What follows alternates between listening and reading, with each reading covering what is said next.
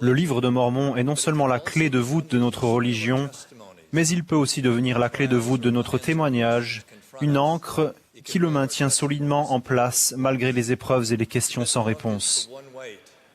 Sur une balance mesurant la vérité, le poids de ce livre excède celui de toutes les critiques prononcées à son encontre. Pourquoi? Parce que s'il est vrai, alors Joseph Smith était un prophète, et c'est ici l'Église rétablie de Jésus-Christ, quels que soient les arguments historiques ou autres qui tendent à prouver le contraire. C'est pour cette raison que les détracteurs sont déterminés à réfuter la véracité du livre de Mormon. Mais les obstacles qu'ils rencontrent sont insurmontables, car ce livre est vrai. Premièrement, les détracteurs doivent expliquer comment Joseph Smith, jeune paysan de 23 ans peu instruit, a pu concevoir un livre mentionnant des centaines de noms propres de personnes et de lieux et relatant en détail diverses histoires et événements. D'après de nombreux détracteurs, c'était un créateur de génie qui a eu recours à de nombreux livres et autres sources locales pour créer le contenu historique du livre de Mormon. Cependant, contrairement à cette affirmation, pas un seul témoin n'a déclaré avoir vu Joseph s'inspirer de ces sources présumées avant le début de la traduction. Même si cet argument était vrai, il est largement insuffisant pour expliquer l'existence du livre de Mormon. Il faudrait également répondre à la question « Comment Joseph a-t-il fait pour lire toutes ces sources présumées, sélectionner les éléments pertinents, harmoniser toutes ces informations complexes de lieu et de temps, puis les dicter parfaitement de mémoire ?» On sait en effet que lorsque Joseph traduisait, il n'avait aucune note. Sa femme a relaté « Il n'y avait aucun manuscrit ni livre qu'il aurait pu lire. S'il avait eu quelque chose de ce genre, il n'aurait pas pu me le cacher. » Alors comment Joseph a-t-il accompli le remarquable exploit de dicter un livre de plus de 500 pages sans aucune note?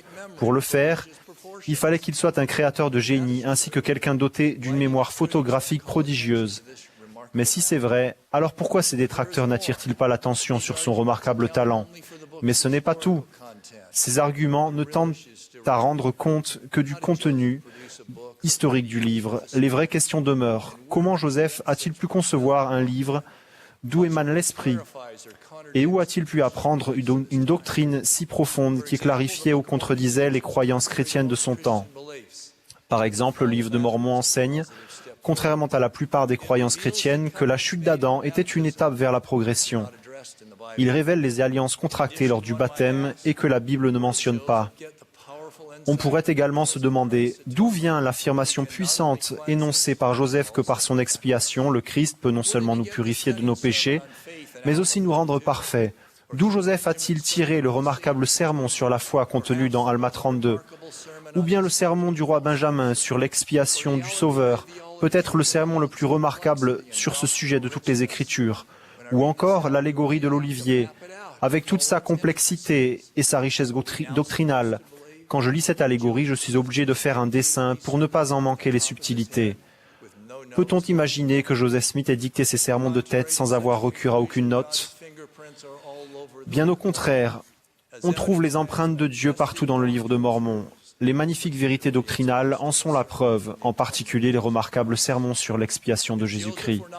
Si Joseph n'était pas un prophète, alors, pour expliquer ces magnifiques réflexions doctrinales et tant d'autres, les détracteurs sont forcés de reconnaître qu'il était également un théologien de génie.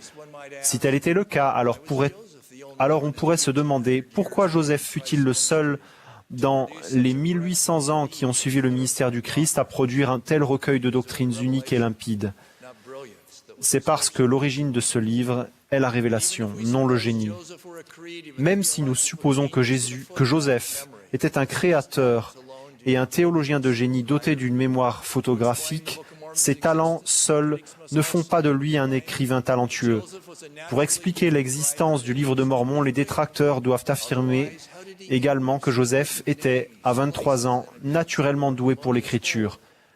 Sinon, comment expliquer qu'il est entremêlé si harmonieusement de nombreux noms, lieux et événements sans une incohérence? Comment a-t-il pu imaginer de si complexes stratégies militaires, composées d'éloquents sermons et inventer des formules qui sont soulignées, faciles à retenir, citées et aimantées sur les portes de réfrigérateurs de millions de personnes, telles que Quand vous êtes au service de vos semblables, vous êtes simplement au service de votre Dieu, où les hommes sont pour avoir la joie.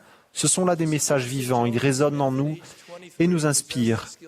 Il n'est pas réaliste de suggérer qu'à l'âge de 23 ans, Joseph Smith possédait les capacités requises pour écrire d'un seul jet cet ouvrage monumental en près de 65 jours de travail.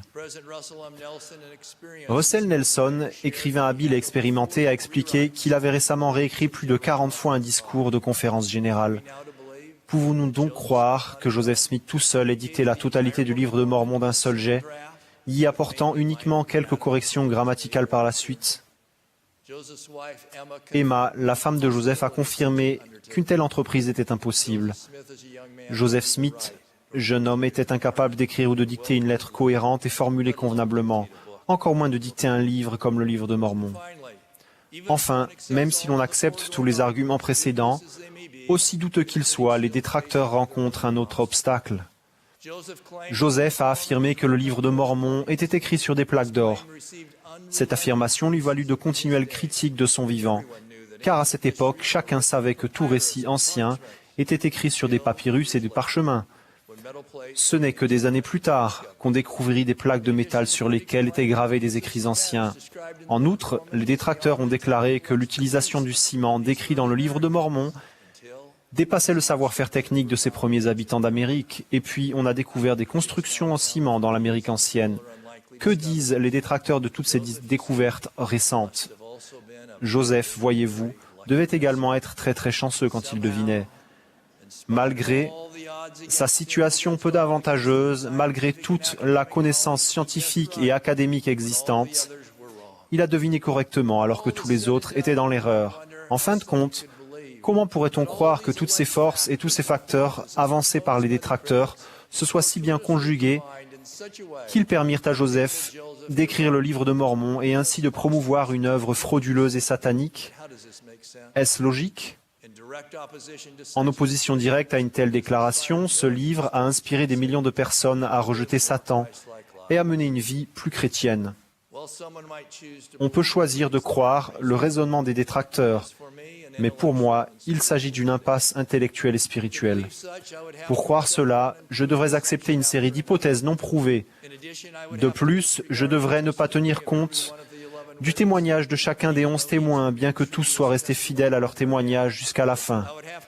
Je devrais rejeter la doctrine divine et les vérités célestes contenues dans ce livre sacré. Je devrais ignorer le fait que des multitudes, moi y compris, se sont plus rapprochés de Dieu en lisant ce livre que n'importe quel autre et, surtout, je devrais nier les murmures du Saint-Esprit qui m'ont confirmé sa véracité. Ce serait contraire à tout ce que je sais être vrai. Un de mes bons et brillants amis a quitté l'Église pendant un certain temps. Il m'a récemment écrit au sujet de son retour. Dans un premier temps, je désirais des preuves historiques, géographiques, linguistiques et culturelles de la véracité du livre de Mormon. Mais lorsque j'ai porté mon attention sur ce qu'il enseigne au sujet de l'évangile de Jésus-Christ et de sa mission salvatrice, j'ai commencé à recevoir un témoignage de sa véracité. Un jour, alors que je lisais le livre de Mormon dans ma chambre, je me suis arrêté, je me suis agenouillé et j'ai prié Dieu de tout mon corps, de tout mon cœur.